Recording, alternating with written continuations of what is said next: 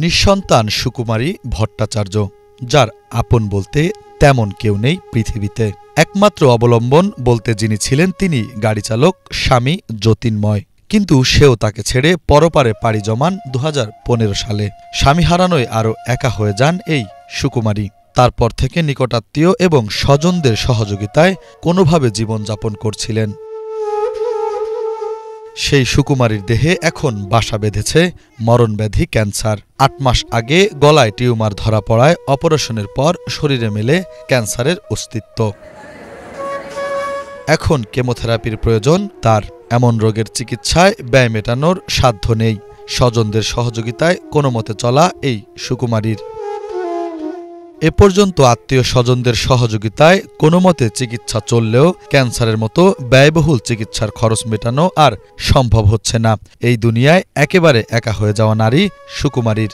আমার ধরা পড়ার পরে অপারেশন করার পরে ক্যান্সার ধরা পড়ে। এখন কেমো দিতে বলেছে 8টা। এখন এত অর্থ করি তো আমার কাছে আর কিছুই নাই, যেহেতু আমার স্বামী সন্তান কেউ নাই। তাই আমি বিত্তমান লোকের কাছে হাত বাড়াইছি যে যাতে আমাকে একটু সাহায্য করে সুস্থ করে তোলে। এ অবস্থায় বাঁচার আকুতি নিয়ে তাকিয়ে আছেন সমাজের বিত্তবানদের সহযোগিতার দিকে। যে ওনার যে খাবার দেবে, যত্ন করবে, এই লোকটাই নেই।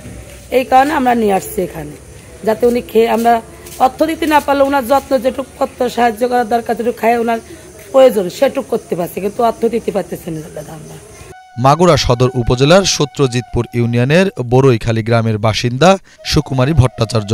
আপনাদের একটু সহযোগিতায় পারে স্বামী সন্তানহীন সুকুমারীকে বাঁচাতে। তাকে সহযোগিতা পাঠানোর ঠিকানা, সহযোগিতা পাঠাতে পারেন হিসাব নং 114103032289 ডাচ বাংলা ব্যাংক, মাগুরা, অথবা বিকাশ করতে পারেন 01714980058 পার্সোনাল বিকাশ নম্বরে।